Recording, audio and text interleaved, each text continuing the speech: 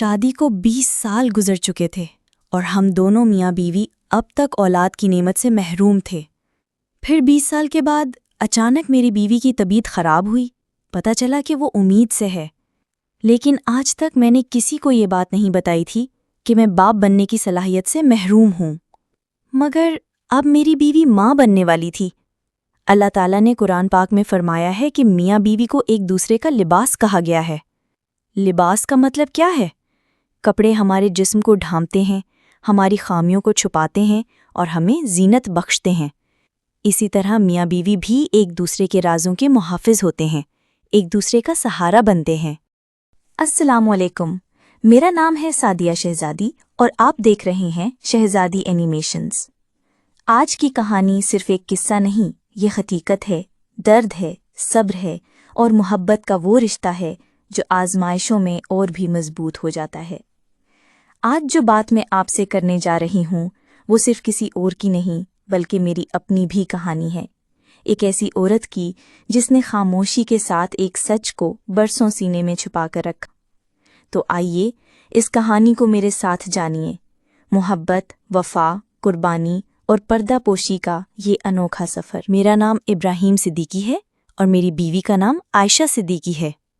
ہماری شادی کو 20 سال ہو چکے ہیں، لیکن ہم اولاد کی نعمت سے محروم ہیں۔ میں قدرتی طور پر باپ بننے کی صلاحیت سے محروم ہوں۔ جب میں جوان ہوا تو اچھی نوکری ملی اور امی نے میری شادی عائشہ سے کر دی۔ امی بار بار خوشخبری کی امید لگاتی رہیں لیکن کچھ نہ ہوا۔ میں نے امی سے کہا کہ وہ بار بار عائشہ سے اس بارے میں بات نہ کریں۔ پھر ہم نے ٹیسٹ کروائے۔ عائشہ کی رپورٹ نارمل تھی، مگر میری رپورٹ نے مجھے توڑ دیا۔ میں باپ بننے کے قابل نہیں تھا۔ میں فوراً ڈاکٹر کے پاس گیا، مگر جواب یہی ملا، قدرتی نقص ہے، دوا سے بھی کوئی گارنٹی نہیں۔ میں گھر آیا، ٹوٹا ہوا، دل میں غم لیے۔ عائشہ نے فوراً پہچان لیا کہ میں کسی بڑی پریشانی میں ہوں۔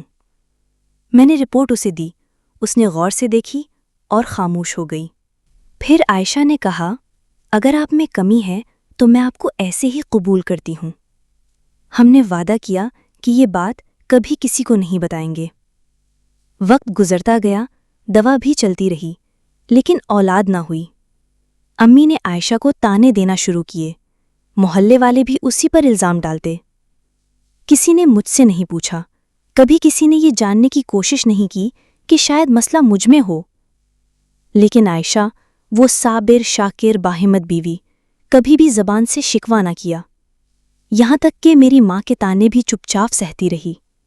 ایک دن میں نے امی کو کہتے سنا، میں ابراہیم کی دوسری شادی کرانا چاہتی ہوں۔ میرے دل میں خیال آیا کہ کاش امی کو معلوم ہو جائے کہ اصل کمی تو مجھ میں ہے۔ وقت گزرتا رہا، ہم خاموشی سے زندگی کے دن کاٹتے رہے۔ ایک دن میں نے عائشہ کو فون کیا، آج رات ہم آئس کریم کھانے چلیں گے۔ عائشہ نے کہا، امی کو چھوڑنا مناسب نہیں، آئس کریم گھر پر ہی کھاتے ہیں۔ لیکن اس رات ہمارے گھر میں ڈاکو گھس آئے۔ انہوں نے ہمیں باندھ دیا، زیور پیسے لوٹ لیے۔ پھر وہ عائشہ کے کمرے میں چلے گئے اور وہ ظلم ہوا جو ہم کبھی سوچ بھی نہ سکتے تھے۔ جب سب ختم ہوا، میں نے عائشہ کو آزاد کیا۔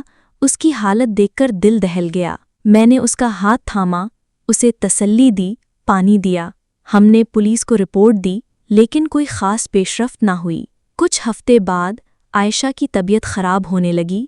ڈاکٹر نے بتایا کہ وہ امید سے ہے۔ ہم دونوں ساکت تھے، جیسے وقت رک گیا ہو۔ عائشہ نے کہا، اب کیا ہوگا؟ اگر امی کو پتہ چل گیا تو؟ میں نے کہا، فکر نہ کرو، میں سب سنبھال لوں گا۔ میں نے امی سے جھوٹ کہا، امی، عائشہ میرے بچے کی ماں بننے والی ہے۔